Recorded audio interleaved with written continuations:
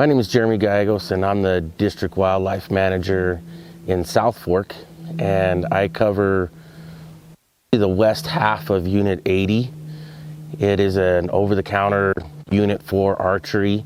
It is very popular. There's quite a bit of pressure, not only from archers, but also from other users of the forest at that time of year. You still have your tail ends of the ATV crowds, your fishermen, and as well as you have the folks that are trying to stock up for the winter for firewood. So it does get quite a bit of use during that time of year. I would look at your halfway points, get a map out and look at the roads, the ATV trails in Unit 80, and find those halfway points where there isn't any roads or trails motorized that are dissecting some of those areas, and typically that's where you're going to find the critters. That'll also follow through into the we get into the rifle seasons, the over-the-counter rifle seasons that are also fairly busy. Be prepared for inclement weather. You can get to the point where you got to have chains just to get around. If we have some snow, which is obviously going to push those critters down to the lower areas, down into their winter range.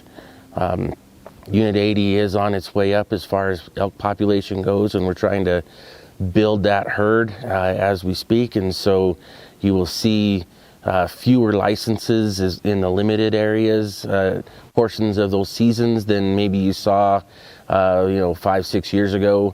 That's an effort to try to continue to build that elk herd. I'll start with 79.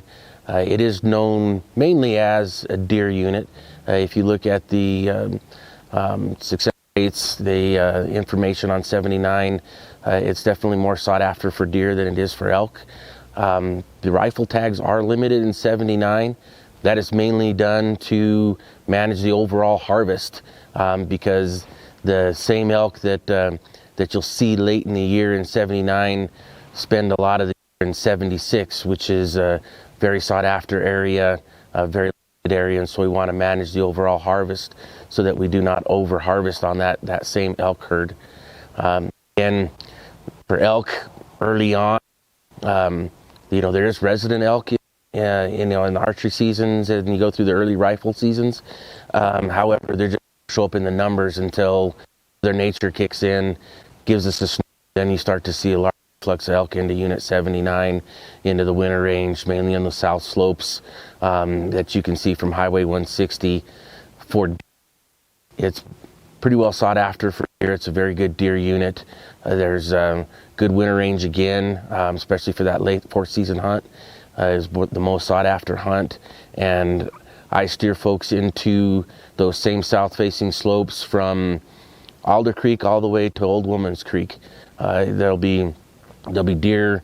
You'll see them pushing does, get to a high spot, good optics, do some glassing, and formulate your game plan from there. Unit 76 is going to be roughly about the eastern third of that, and is 76 hunters. A lot of them go to that country up above Creed, but I cover from Goose Creek, which is about halfway between South Fork and Creed, on up to the Continental Divide, at the top of Wolf Creek Pass.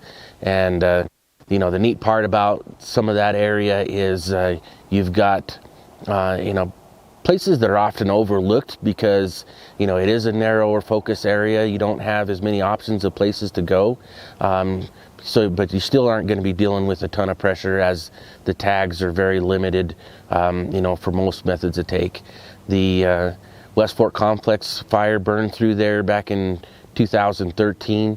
We're seeing some great regeneration in those areas, which is great habitat for the deer, and we're seeing some pretty good numbers through there. The one thing that it does make, though, is frustrating for hunting, is that when you have that lack of cover, then you can see the elk from a long ways away, but they can also see you. So you have to really be careful on how you formulate your game plan and your approaches, because those elk can see you from a long ways off. However, there's some good bulls that have come out of the part of 76 that I cover, which, you know, gets into that Big Meadows and Shaw, on up to Hunter Lake, Table Mountain, you know, getting into some of the wilderness. And you'll see, especially in the archery seasons, you know, those elk will still be way high, you know, up above timberline, and you'll be able to glass some pretty decent sized herds up there.